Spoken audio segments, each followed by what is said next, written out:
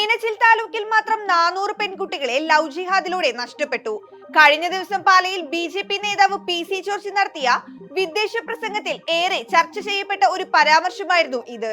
ജോർജിന്റെ അവതരണവും ആശങ്കയും ഒക്കെ കേട്ടാൽ ഇങ്ങനെയും നടന്നോ എന്നുവരെ ചിന്തിച്ചു പോകും. ഇപ്പോഴുള്ള സാഹചര്യത്തിൽ തനിക്ക് പ്രസക്തിയില്ലെന്നുള്ള തിരിച്ചറിവാണ് ക്രൈസ്തവ സമൂഹത്തിൽ ആശങ്ക സൃഷ്ടിച്ച് വോട്ട് ബാങ്ക് സൃഷ്ടിക്കുക എന്ന ലക്ഷ്യത്തോടെ ക്രൈസ്തവ രക്ഷകനായി ജോർജ് അവതരിക്കുന്നത്. ഇതിന് തുടർച്ചയായാണ് ആവർത്തിച്ചുള്ള മുസ്ലിം വിരുദ്ധ പരാമർശവും ക്രൈസ്തവർ ഉണരണമെന്നുള്ള ആഹ്വാനവുമൊക്കെ. 30 വർഷം MLA ആയിരുന്ന ആളാണ് പി.സി. ജോർജ്.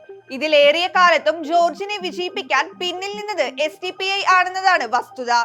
SDPIയുടെ പിന്തുണയിൽ വളർന്നയാളാണ് ജോർജ്. തിരിച്ച് ജോർജിന്റെ സംരക്ഷണയിലാണ് മധ്യ കേരളത്തിലെ ഏറ്റവും ശക്തമായ സംഘടനയായി അവരും വളർന്നത്. മുൻപ് ജോർജ് തന്നെ സമ്മതിച്ചിട്ടുള്ളതാണ് തന്റെ ജയത്തിന് പിന്നിൽ SDPI ആയിരുന്നു, താൻ സഹായം സ്വീകരിച്ചിട്ടുണ്ട് എന്നതും. എന്നാൽ 2018 മുതൽ SDPIയും പി.സി. ജോർജും തമ്മിൽ ഇടഞ്ഞു തുടങ്ങി. പിന്നീട് ക്രൈസ്തവ പ്രീണനം നടത്താൻ പി.സി. ജോർജ് പലവട്ടം ശ്രമിച്ചെങ്കിലും വിജയം കണ്ടില്ല. മുൻ മുഖ്യമന്ത്രി ഉമ്മൻചാണ്ടിക്കെതിരെ രാഷ്ട്രീയ വൈരാഗ്യത്തിന്റെ പേരിൽ വ്യാജ ആരോപണം ഉന്നയിച്ച പി.സി. ജോർജിനെ ജനം തടയുകയായിരുന്നു. സോളാർ വിവാദത്തിൽ ഉമ്മൻചാണ്ടിയെ അധിക്ഷേപിക്കാവുന്നതിന്റെ പരമാവധി ജോർജ് ശ്രമിച്ചു. ഉമ്മൻചാണ്ടി പരാതിക്കാരിയോട് മോശമായി പെരുമാറി എന്ന് പരസ്യമായി വിളിച്ചു പറയുകയും ചെയ്തു. എന്റെ കണ്ണുകൊണ്ട് കണ്ടതല്ലേ എന്നായിരുന്നു പി.സിയുടെ ചോദ്യം. എന്നാൽ ഒടുവിൽ ജോർജിന് പരസ്യമായി മാപ്പ് പറയേണ്ടി വന്നു. സോളാർ കേസിൽ മുൻ മുഖ്യമന്ത്രി ഉമ്മൻചാണ്ടിക്കെതിരെ നേരത്തെ നടത്തിയ പ്രസ്താവനകൾ രാഷ്ട്രീയ വൈരാഗ്യത്തിന്റെ പേരിലാണെന്ന് പി.സിക്ക് സമ്മതിക്കേണ്ടി വന്നു. ഉമ്മൻചാണ്ടി അങ്ങനെ പെരുമാറുന്നത് കണ്ടിട്ടില്ലെന്നും ജോർജ് പിന്നീട് മൊഴി നൽകി.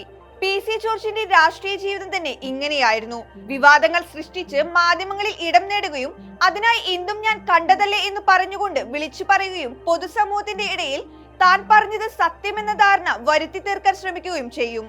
പിന്നീട് കേസും പൊല്ലാപ്പുമാവുമ്പോൾ മാപ്പ് പറഞ്ഞ് തലയൂരും. സ്ത്രീകളെയും ക്യാൻസർ അതിജീവിതരെ പോലും ജോർജ് അധിക്ഷേപിക്കും.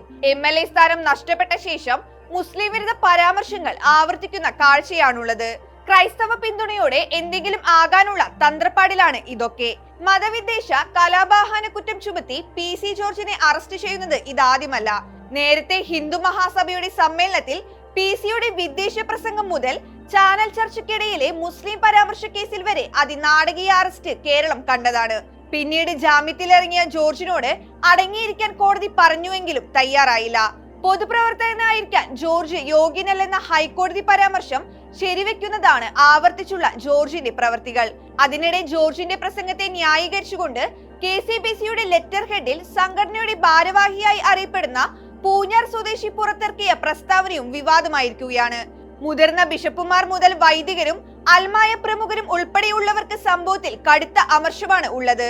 ഇടക്കാലത്ത് BJPയുമായി അടുത്ത ക്രൈസ്തവ സഭാ നേതൃത്വങ്ങൾ ജോർജും മകൻ ഷോൺ ജോർജും BJPയിൽ എത്തുകയും സഭയെ രാഷ്ട്രീയമായി ഉപയോഗിക്കുകയും ചെയ്യുന്നതായി ആക്ഷേപം ഉയർന്നതോടെ ഇപ്പോൾ BJP ബന്ധത്തിൽ ജാഗ്രതയിലാണ്.